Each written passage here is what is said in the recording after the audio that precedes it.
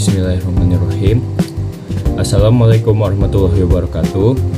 Perkenalkan, saya Ardanu Fikriadi dari kelas 1B TPTL dengan NIM 251724036. Kali ini saya akan membahas bagaimana konsep mekanika, khususnya mekanika rotasi, diaplikasikan secara nyata dalam sistem pembangkit tenaga listrik dengan contoh utamanya yaitu turbin. Nah, khususnya ini sistem pembangkitnya itu menggunakan pembangkit listrik tenaga air.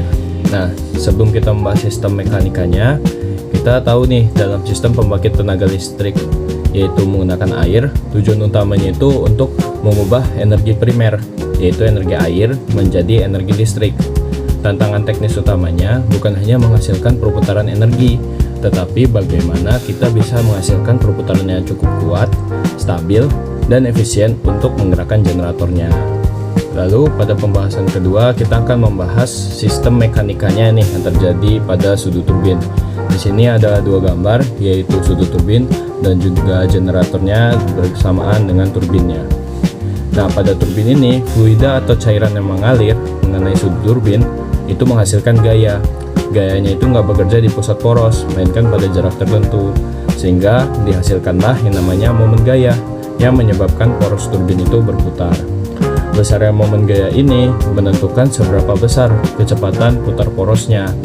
Nah, habis itu mempengaruhi juga daya listrik yang dihasilkan oleh generator. Singkatnya, momen gaya ini menentukan seberapa besar kecepatan putar poros, dan kecepatan putar poros itu menentukan seberapa besar daya listrik yang akan dihasilkan oleh generator. Secara konsep sederhana, momen gaya itu dipengaruhi oleh besar gaya dan jaraknya terhadap poros. Lalu pembahasan ketiga, pengaplikasian langsungnya pada sistem TPTL. Di sini ada dua gambar ya, yaitu sudut turbin dan bearingnya. Pada sudut turbin ini bukan gambar teknik secara nyata, tetapi ilustrasi secara konseptual bagaimana momen gaya itu mengalir jika sudutnya itu tepat dan tidak tepat. Nah, dalam konteks TPTL, mekanika rotasi itu memegang peranan penting karena secara langsung mempengaruhi desain dan performa sistem pembangkit. Nah, pada PLTA ini, sudut turbin itu dirancang dengan geometri dan sudut tertentu agar interaksi antara aliran air dan permukaan sudunya itu menghasilkan momen gaya yang optimal. Momen gaya inilah yang menentukan besar dan kestabilan putaran poros turbin. Nah, seperti di gambar, apabila ukuran sudu itu tidak sesuai atau sudut-sudunya tidak dirancang dengan tepat, momen gaya yang dihasilkan menjadi tidak optimal.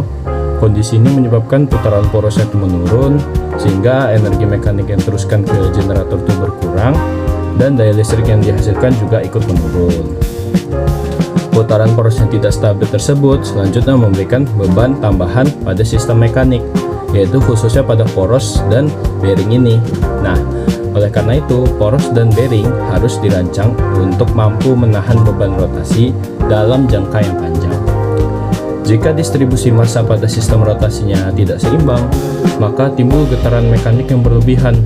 Getaran ini itu dapat mempercepat keausan komponen, menurunkan efisiensi sistem, dan dalam jangka panjang itu berpotensi menyebabkan kerusakan pada sistem pembangkitnya. Oke, lanjut ke dampak terhadap efisiensi dan keandalannya. Dari sini dapat dilihat bahwa pemahaman mekanika itu bukan hanya soal menghitung, tetapi menjadi dasar dalam menjaga efisiensi dan keandalan pembangkit. Habis itu, kesalahan dalam perancangan mekanik itu dapat berdampak langsung pada performa pembangkitan dan biaya pemeliharaan.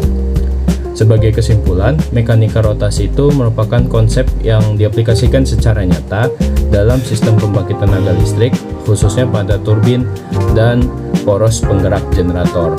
Pemahaman mekanika itu membantu kita juga bukan hanya memahami secara teori, tapi juga kesiapan kita dalam menganalisis dan merancang sistem pembangkit yang efisien dan andal. Baik, sekian pembahasan video dari saya. Apabila ada kekurangan dan kelebihan mohon dimaafkan.